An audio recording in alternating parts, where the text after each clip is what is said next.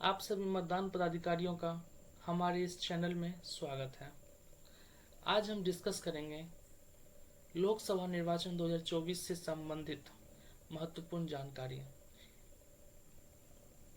इस वीडियो में हम 4 बिंदु पर चर्चा करेंगे, जिसमें पहला बिंदु है मतदान से संबंधित प्रशिक्षण, दूसरा पोस्टल बैलेट से संबंधित प्रावधान, तीसरा मतदान सामग्री और चौथा ईवीएम की जांच। यह वीडियो कुल 3 भागों में बटा हुआ था, जिसका ये दूसरा भाग है। पहले वाले भाग पोर्टल पे अपलोड कर दिया गया है। यदि आप पहले वाले पार्ट को नहीं देखे हैं, कृपया पहले उस वाले पार्ट को देखें, उसके बाद इस वाले वीडियो को देखिएगा।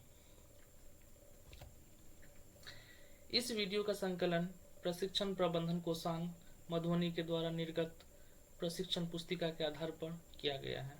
आप सभी मतदान पदाधिकारियों से निवेदन है कि कृपया इस प्रशिक्षण पुस्तिका को अवश्य पढ़ें। अब हम आज का विषय वस्तु पे चर्चा करने जा रहे हैं। मेरा आज का जो पहला टॉपिक है, यानी पांचवा बिंदु, मतदान से संबंधित प्रशिक्षण। पीठासीन व अन्य पदाधिकारी से अपेक्षा की जाती है कि वे प्रशिक्षण से संबंधित कार्यक्रम में पूर्ण मनोयोग से भाग लें, जिसमें निर्वाचन से संबंधित विभिन्न तरह के सामग्री से अवगत हो जाए, जैसे विधि से के अद्यतन अनुदेश, यानी जो भी नवीनतम आदेश है उस आदेश से अवगत हो जाए। दूसरा, ईवीएम एवं वीवीपैट के क्रियान्वयन, यानी ईवीएम और वीवीपैट को हम कैसे, ईवीएम यानी बैलेट यूनिट, कंट्रोल यूनिट और वीवीपैट को आपस में कैसे जोड़ते हैं, उसकी हम जानकारी रख ले लें। तीसरा है हरा पेपर सील को फिक्स करना। ये जो हरा पेपर सील है, यानी ग्रीन पेपर सील है, इसको हम सीलिंग के दौरान रिजल्ट और प्रिंट वाले सेक्शन को क्लोज करने के लिए इसको हम यूज करते हैं। चौथा, स्पेशल टैग। स्पेशल टैग का यूज हम जो क्लोज बटन होता है उसको सील करने के लिए करते हैं। चौथा, सीलिंग से संबंधित सभी प्रावधान। अब ईवीएम को हमको कैसे सील करना है, कंट्रोल यूनिट, वीवीपैट और इस तीनों को वास्तविक मतदान के बाद हमको केयरिंग बॉक्स में डाल करके कैसे सील करना है, इन सभी जानकारी को अवश्य प्राप्त कर लें। चौथा, खुला एवं बंद पैकेट। ये पैकेट जो है, ओपन पैकेट और क्लोज पैकेट से संबंधित सभी प्रकार की जानकारी हमारे इस चैनल में एक एक पैकेट करके बहुत ही डिटेल्स में बताया गया है। कृपया आप उस वीडियो को भी देख लें, तो पैकेट संबंधित सभी जानकारियां आपको मिल जाएगी।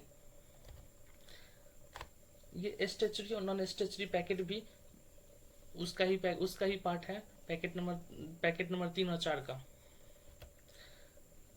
खुला लिफाफा और बंद लिफाफा। ये खुला लिफाफा और बंद लिफाफा जो है पैकेट नंबर 3 से संबंधित है। इसमें कौन कौन से प्रपत्र जो जाएंगे बंद जाएंगे और कौन से लिफाफे जो जाएंगे वो बंद जाएंगे, या कौन से लिफाफे खुले जाएंगे, ये पैकेट से संबंधित है। अब आते हैं हम पोस्टल बैलेट से संबंधित प्रावधान।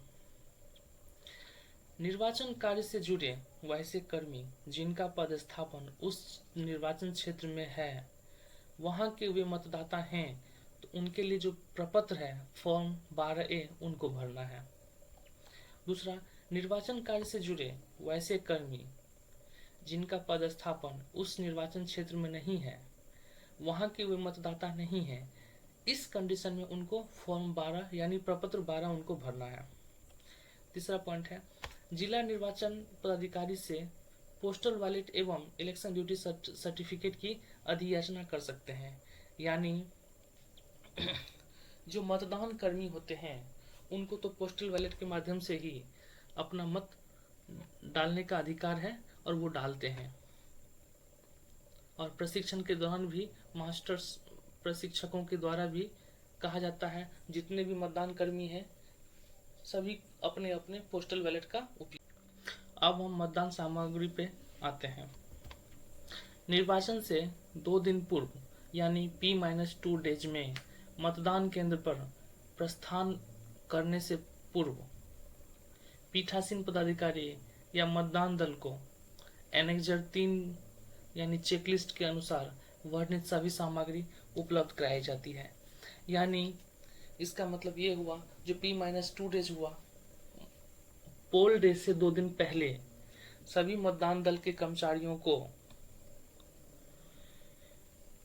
डिस्पैच सेंटर के माध्यम से सभी प्रकार के सामग्रियों को उपलब्ध कराया जाता है।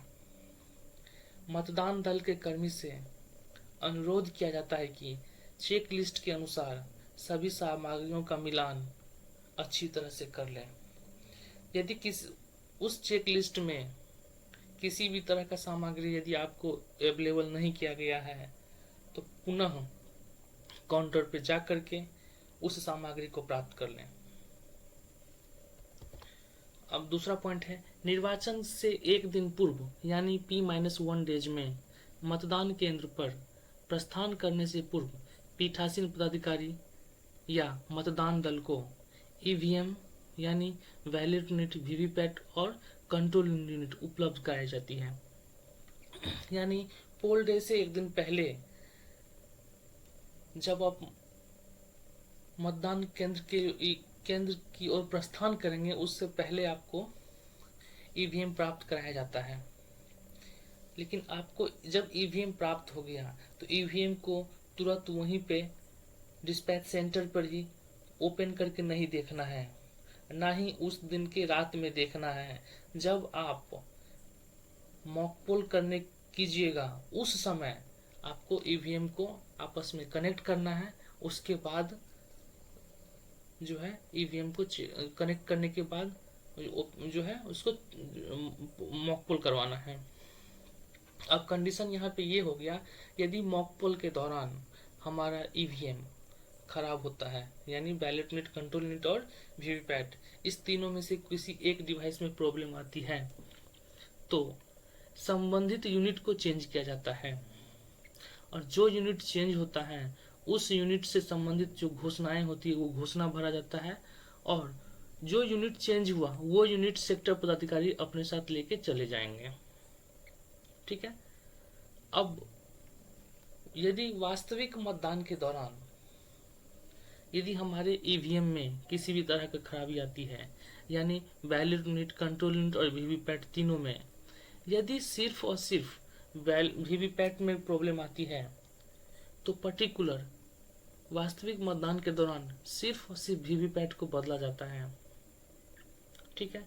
और यदि वास्तविक मतदान के दौरान बैलेट यूनिट और कंट्रोल यूनिट में प्रॉब्लम आती है तो इस दोनों यूनिट को चेंज किया जाता है। तो उस कंडीशन में क्या होता है, तीनों जो सेट है मेरा, वो तीनों सेट को चेंज करते हैं। जब सेट को चेंज करेंगे वास्तविक मतदान के दौरान, ईवीएम को चेंज करेंगे, तो वास्तविक मतदान के दौरान जो हमारे ईवीएम को चेंज किया जाएगा तो उसको सेक्टर पदाधिकारी नहीं लेके जा सकते हैं अपने साथ। जब मतदान समापन होगा तो उसको मतदान दल को ही लेकर के जमा करना होगा रिटर्निंग ऑफिसर के पास। अब आते हैं हम, मेरा 8वां पॉइंट है EVM, ballot unit, control unit और वीवीपैट की जांच। लोकसभा निर्वाचन 2024 में ईवीएम से संबंधित मशीन को डिस्पैच सेंटर से प्राप्त करने के उपरांत मॉक पोल से पहले जांच करने का आदेश प्राप्त नहीं है। यानी इस बात की चर्चा हम पहले ही कर चुके हैं। यदि मशीन में किसी भी तरह की खराबी आती है तो संबंधित मतदान केंद्र पर सेक्टर पदाधिकारी के द्वारा बदला जाएगा। आप सभी मतदान पदाधिकारियों को हमारा यह वीडियो कैसा लगा, कृपया अपना राय अवश्य दें तथा इस चैनल को अवश्य सब्सक्राइब